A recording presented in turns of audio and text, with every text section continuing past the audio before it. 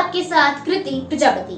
आज अगर आप देश का कोई भी अखबार खोल लें तो आपको देश की अदालतों से जुड़ी कोई ना कोई खबर जरूर मिलेगी और मिलनी भी चाहिए, क्योंकि यही स्वस्थ लोकतंत्र की पहचान होती है।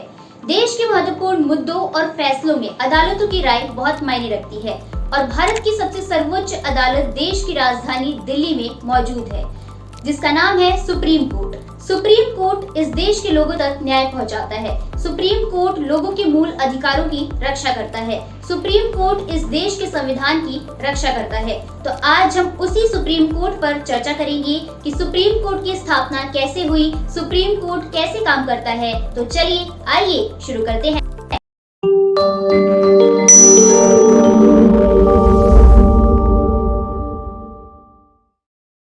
सुप्रीम कोर्ट की बिल्डिंग का डिजाइन आर्किटेक्ट गणेश भिकाजी ड्योलालीकर ने पेश किया था। सुप्रीम कोर्ट का जिक्र संविधान के पार्ट 5 के चैप्टर 4 के तहत मिलता है। सुप्रीम कोर्ट की बिल्डिंग अपने आप में ही जस्टिस को यानी इंसाफ को प्रदर्शित करती है, क्योंकि इस बिल्डिंग को बहुत ही बैलेंस तरीके से डिजाइन किया गया है। अब जानते हैं कि सुप्रीम कोर्ट की स्थापना कैसे हुई। रेगुलेटिंग एक्ट ऑफ 1773 के तहत सबसे पहले कलकत्ता में सुप्रीम कोर्ट की स्थापना की गई, जिसकी स्ट्रेंथ थी 8 चीफ जस्टिस प्लस 3 अदर जजेस। इसके बाद इंडिया हाई कोर्ट एक्ट 1861 के तहत सुप्रीम कोर्ट को निष्कासित कर दिया गया, यानी सुप्रीम कोर्ट को एबॉलिश कर दिया गया और अलग अलग रियासतों के लिए हाई कोर्ट की स्थापना की गई। इसके बाद गवर्नमेंट ऑफ इंडिया एक्ट 1935 के तहत 1937 में दिल्ली में फेडरल कोर्ट की स्थापना की गई, जिसकी स्ट्रेंथ थी 8 चीफ जस्टिस प्लस 2 अदर जजेस। और आजादी से पहले सुप्रीम कोर्ट को फेडरल कोर्ट के नाम से जाना जाता था। फेडरल कोर्ट का इनॉग्रेशन पार्लियामेंट बिल्डिंग के चैम्बर ऑफ प्रिंसेस में हुआ था। फेडरल कोर्ट की स्थापना 1937 में भारत में हुई और इसने वर्ष 1950 तक भारत में काम किया था। तो 26 जनवरी 1950 को इस देश का संविधान लागू हो गया था और संविधान लागू होने के केवल 2 दिन बाद ही सुप्रीम कोर्ट की स्थापना की गई। और जब सुप्रीम कोर्ट की स्थापना की गई तो सुप्रीम कोर्ट की स्ट्रेंथ थी 8 चीफ जस्टिस प्लस 7 अदर जजेस।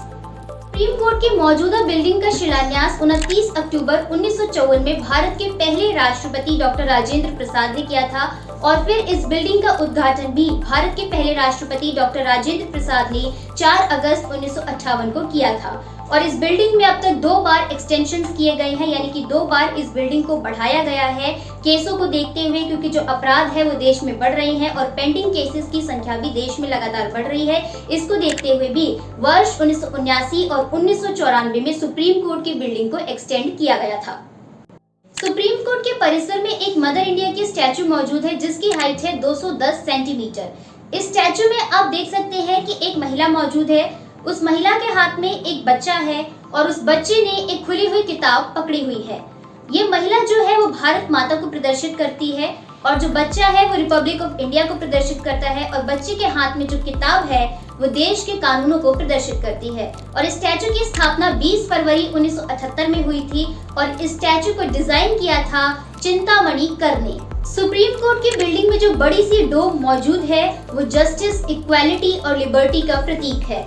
और सुप्रीम कोर्ट की जो लाइब्रेरी है वो one of the largest law libraries in Asia है और सुप्रीम कोर्ट की लाइब्रेरी में 2.5 मिलियन लीगल मटेरियल मौजूद है। सुप्रीम कोर्ट के लोगो का डिजाइन अशोका की राजधानी सारनाथ लायन के अबैकस से डिजाइन किया गया है। और सुप्रीम कोर्ट का जो लोगो है उसमें आप देखते होंगे संस्कृत में कुछ 2 शब्द लिखे होते हैं और वो लिखे होते हैं यतो धर्मस्ततो जयः, जिसका मतलब होता है कि मैं केवल सत्य का ही पालन करता हूँ। सुप्रीम कोर्ट के लोगों के चक्र को सत्य, अच्छाई और समानता का प्रतीक भी माना जाता है। शुरुआती समय में सुप्रीम कोर्ट साल में केवल 28 दिन ही काम किया करता था, जिसमें वो सुबह 10 बजे से लेकर के 12 बजे तक काम करता था और दोपहर में 2 बजे से लेकर के 4 बजे तक। लेकिन आज की तारीख में सुप्रीम कोर्ट के पास बहुत ज्यादा काम है। पेंडिंग केसेस की संख्या देश में लगातार बढ़ रही है और अब सुप्रीम कोर्ट साल में 190 दिन काम करता है। तो आप जानते हैं कि सुप्रीम कोर्ट क्या काम करता है।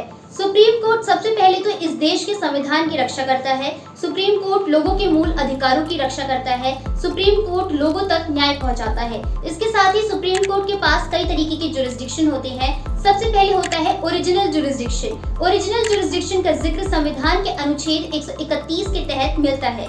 ओरिजिनल जुरिस्डिक्शन में ऐसे मामले आते हैं जिसमें केंद्र सरकार और राज्य सरकार के बीच में अगर कोई लड़ाई हो जाती है तो उसका निपटारा सुप्रीम कोर्ट करता है। और एक राज्य सरकार से दूसरी राज्य सरकार से अगर लड़ाई हो जाती है तो इसका निपटारा भी सुप्रीम कोर्ट करता है और इसकी जिम्मेदारी भी सुप्रीम कोर्ट के पास होती है।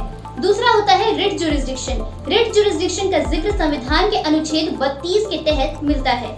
रिट जुरिस्डिक्शन के तहत सुप्रीम कोर्ट रिट इशू करके इस देश के लोगों के मूल अधिकारों की रक्षा करता है। तीसरा होता है एपेलेट जुरिस्डिक्शन। एपेलेट जुरिस्डिक्शन में ऐसे मामले आते हैं जो कि निचली अदालत से चल करके देश की सबसे सर्वोच्च अदालत यानी सुप्रीम कोर्ट तक आते हैं। ऐसे मामलों में सबसे पहले जो व्यक्ति होता है जिसे न्याय चाहिए होता है वो सबसे पहले सेशंस कोर्ट में जाता है। सेशंस कोर्ट के बाद लोअर कोर्ट में जाता है। लोअर कोर्ट के भी फैसले से अगर वो असंतुष्ट होता है तो फिर वो हाई कोर्ट में जाता है। अगर हाई कोर्ट के फैसले से भी असंतुष्ट होता है तो फिर वो सुप्रीम कोर्ट जाता है और फिर सुप्रीम कोर्ट जो फैसला दे देता है वो फैसला सभी को मानना होता है। इसके बाद आता है एडवाइजरी जुरिस्डिक्शन। एडवाइजरी जुरिस्डिक्शन का जिक्र संविधान के अनुच्छेद 143 के तहत मिलता है। एडवाइजरी जुरिस्डिक्शन में अगर देश के राष्ट्रपति सुप्रीम कोर्ट से किसी मुद्दे पर सलाह मांगते हैं यानी कि एडवाइस मांगते हैं तो सुप्रीम कोर्ट एडवाइस देता है। हालांकि सुप्रीम कोर्ट के ऊपर ये बाध्य नहीं होता कि उसे एडवाइस देनी ही देनी है, लेकिन अगर राष्ट्रपति किसी अंतर्राष्ट्रीय मुद्दे पर सुप्रीम कोर्ट से सलाह मांगते हैं तो फिर सुप्रीम कोर्ट को सलाह देनी ही देनी होती है।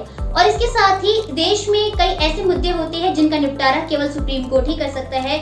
उदाहरण के तौर पर अगर प्रेसिडेंट यानी कि राष्ट्रपति या उपराष्ट्रपति के चुनावों में कोई मतभेद हो जाता है या फिर कोई विवाद हो जाता है तो ऐसे मामलों का निपटारा भी सुप्रीम कोर्ट ही करता है। अब जानते हैं कि सुप्रीम कोर्ट के जज का एलिजिबिलिटी क्राइटेरिया क्या होता है। सुप्रीम कोर्ट के जज के एलिजिबिलिटी क्राइटेरिया का जिक्र संविधान के अनुच्छेद 124 के तहत मिलता है।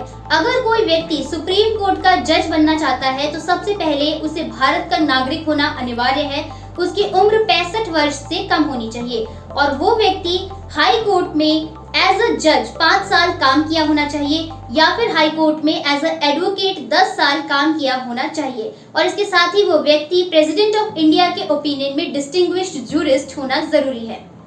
अब जानते हैं कि सुप्रीम कोर्ट में जजेस की नियुक्ति कैसे होती है यानी कि अपॉइंटमेंट कैसे होती है। वर्तमान में जो प्रक्रिया फॉलो की जाती है सुप्रीम कोर्ट में जजेस को अपॉइंट करने के लिए वो है कोलिजियम सिस्टम। कोलिजियम सिस्टम में 5 सीनियर मोस्ट जजेस होते हैं जिसको हेड कर रहे होते हैं चीफ जस्टिस ऑफ इंडिया और फिर ये कोलिजियम बॉडी तय करती है कि अब अगला चीफ जस्टिस कौन बन सकता है। और ये बॉडी जो है देखती है उन नामों को कि कौन वो व्यक्ति है जिसे अगला चीफ जस्टिस बनाया जा सकता है। और इसमें हाई कोर्ट के सीनियर जजेस और सुप्रीम कोर्ट के जो सीनियर मेंबर्स हैं या सीनियर जजेस हैं उनके नाम होते हैं और फिर बंद दरवाजों के पीछे ये तय किया जाता है कि किसको जो है अगला चीफ जस्टिस बनाया जाए और सीनियरिटी और एक्सपीरियंस के बेस पर ये तय किया जाता है। और फिर सुप्रीम कोर्ट की जो कोलिजियम बॉडी होती है वो लॉ मिनिस्ट्री को ये सारे नाम शॉर्टलिस्ट करके भेजती है। लॉ मिनिस्ट्री इसके बाद आईबी को लेती है और आईबी को ये सारे नाम दे देती है इन सीनियर मोस्ट जजेस के बैकग्राउंड को चेक करने के लिए। जब आईबी ये नाम क्लियर टू गो अहेड कर देती है तो फिर इसके बाद ये नाम जो है लॉ मिनिस्ट्री के द्वारा प्रेसिडेंट को भेजे जाते हैं और फिर देश के राष्ट्रपति ही चीफ जस्टिस या फिर जजेस की अपॉइंटमेंट जो है वो करते हैं ऑफिशियल गैजेट पर। तो अब आपने ये जान लिया कि जजेस की अपॉइंटमेंट इस तरह होती है, लेकिन अगर किसी जज को उसकी कुर्सी से हटाना हो तो इसके लिए भी एक प्रक्रिया है। हालांकि ये बहुत ही जटिल प्रक्रिया है क्योंकि एक जज को उसकी कुर्सी से हटाना इतना आसान काम नहीं है। एक जज को उसकी कुर्सी से तभी हटाया जा सकता है जब वो अपना काम ठीक से ना कर रहा हो। मिसबिहेवियर या फिर इनकैपेसिटी पर ही किसी भी जज को उसकी कुर्सी से हटाया जा सकता है और वो भी तब जब उस चीज का बिल जो है पार्लियामेंट के दोनों हाउसेस से पास हो। कोलिजियम सिस्टम से पहले ये ट्रेडिशन हुआ करता था कि सुप्रीम कोर्ट के सीनियर मोस्ट जज को ही चीफ जस्टिस ऑफ इंडिया बनाया जाएगा। हालांकि इस देश में ऐसा 2 बार हुआ है और सुप्रीम कोर्ट के इतिहास में ऐसा 2 बार हुआ है जब इस नियम का उल्लंघन किया गया था। वर्ष 1973 में तत्कालीन प्रधानमंत्री इंदिरा गांधी ने 3 सीनियर मोस्ट जजेस को इग्नोर करते हुए जस्टिस ए.एन. रे को चीफ जस्टिस ऑफ इंडिया बना दिया था और इसके बाद वर्ष 1977 में भी इंदिरा गांधी की ही सरकार में जस्टिस एम.एच. बेग को चीफ जस्टिस ऑफ इंडिया बना दिया गया था सीनियर मोस्ट जजेस को इग्नोर करते हुए। सुप्रीम कोर्ट के जो चीफ जस्टिस ऑफ इंडिया होते हैं उनकी सैलरी 2,80,000 अप्रॉक्स होती है। इसके साथ उन्हें अदर बेनिफिट्स भी दिए जाते हैं। तो अगर आपको ये वीडियो पसंद आया हो तो इस वीडियो को लाइक करिए, कमेंट में बताइए कि वीडियो कैसा लगा, वीडियो को शेयर कीजिए, चैनल को सब्सक्राइब कीजिए। अपना ध्यान रखिए।